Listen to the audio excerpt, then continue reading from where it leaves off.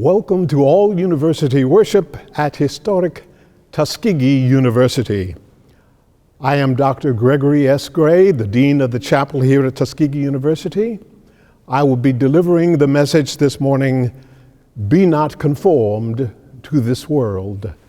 Our music ministry will be provided by the Tuskegee University Golden Voices Concert Choir under the direction of Dr. Wayne Anthony Barr and accompanied by Mrs. Brenda Shuford.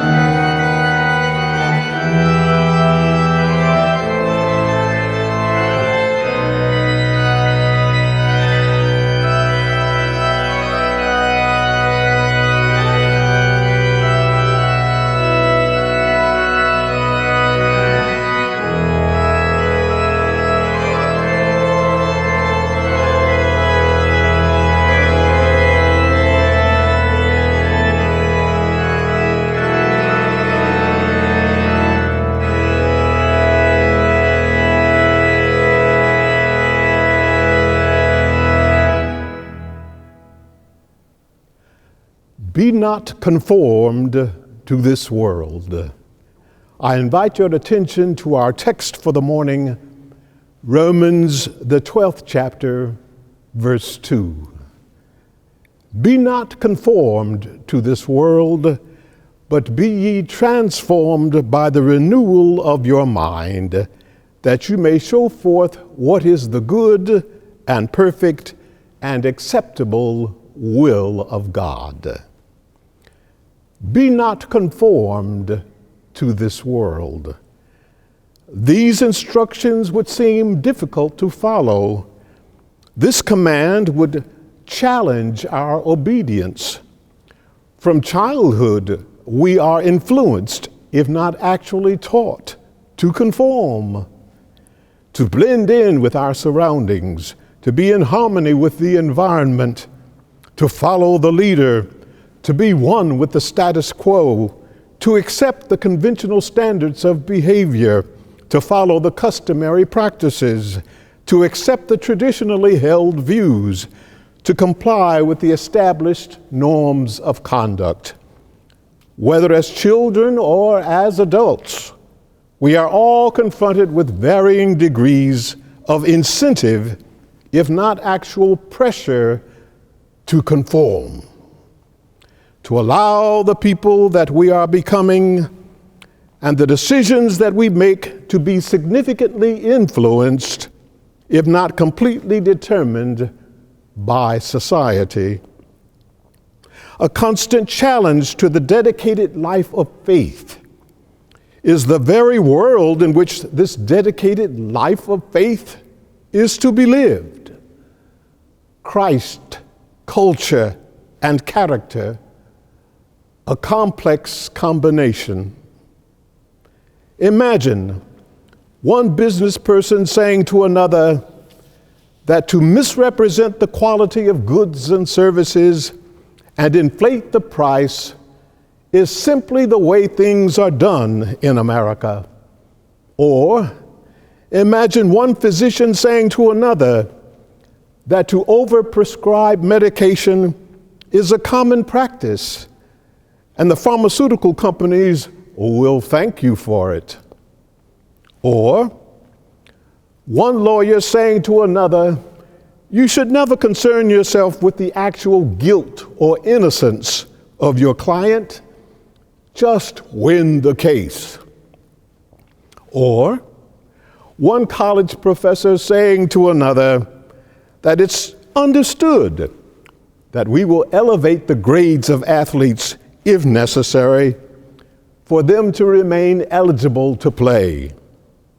Or one elected official saying to another that when you make your political speeches, don't concern yourself with truth or falsehood or fulfilling your campaign promises.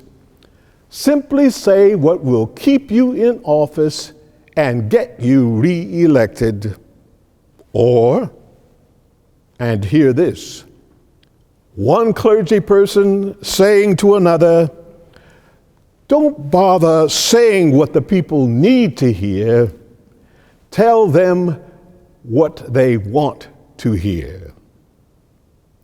I offer these examples as a few of the countless ways that some of us have come to point of simply acquiescing to things as they are. We have come to the point of simply acquiescing to things as they are. To acquiesce is to accept or agree or give consent by keeping silent or by not making objections. We accept the quality of health care to be the privilege of the few rather than the right of all human beings.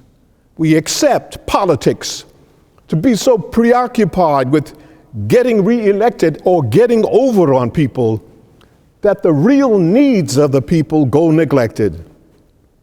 We accept the goods and services we purchase to be of inferior quality and that only last as long as the warranty does.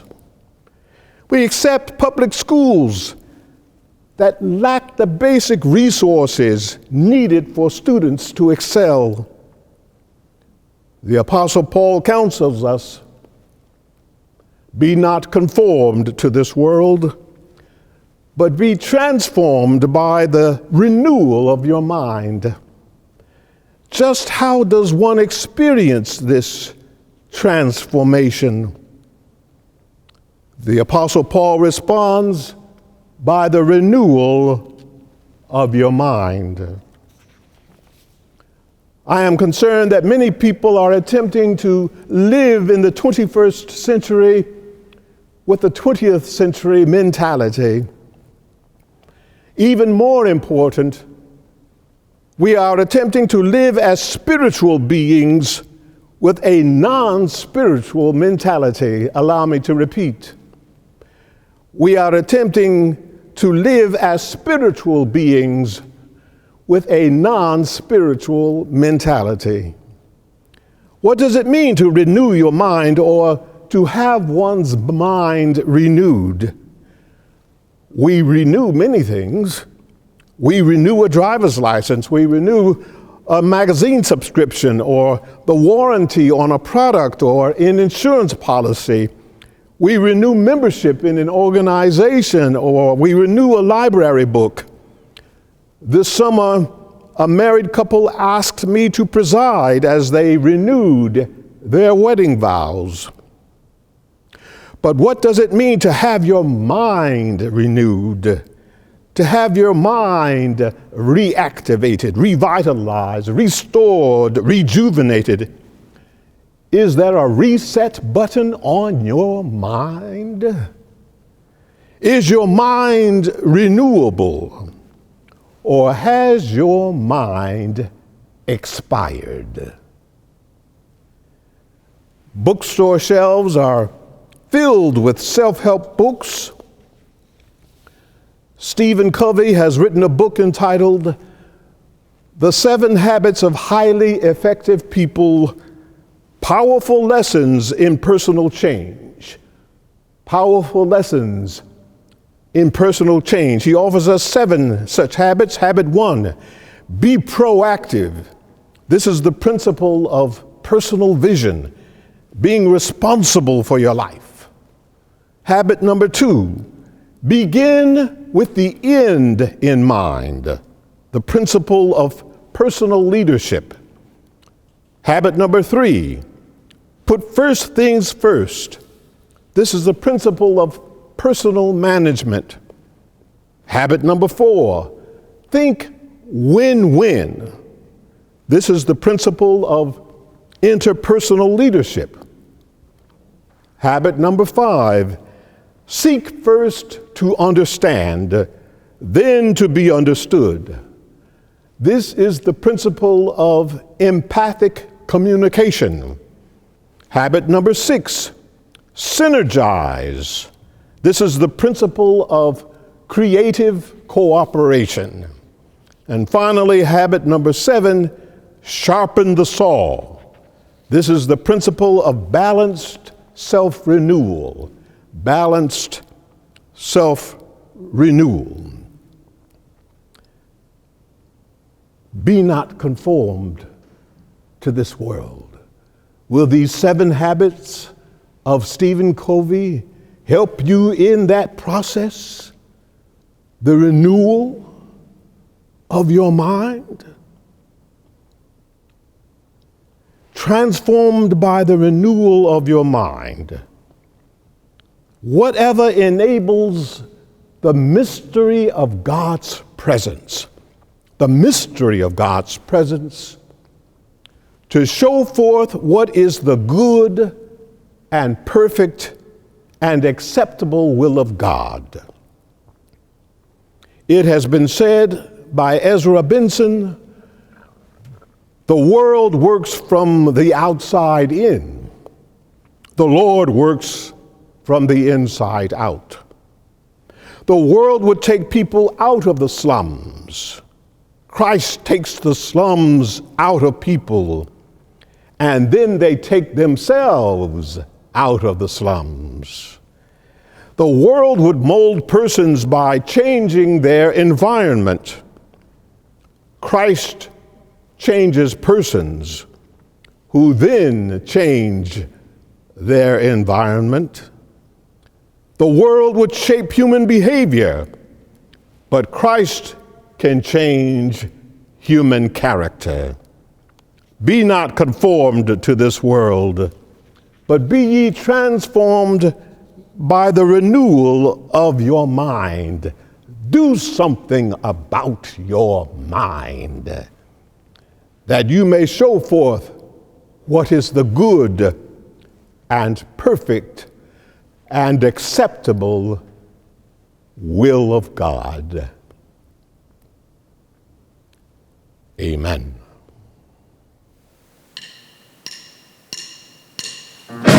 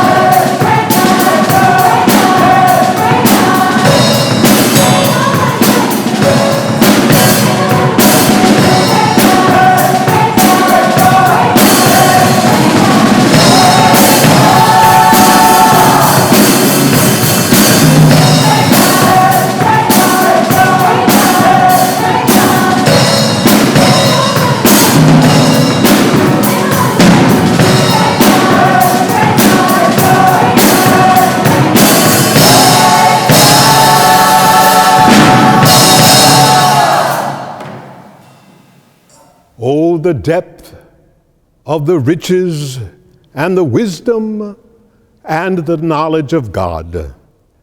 How unsearchable are his judgments, how inscrutable are his ways. For who has known the mind of the Lord, and who has been his counselor? Or who has given a gift to him that he might be repaid? For from him and through him and to him are all things. To him be glory forevermore. Amen.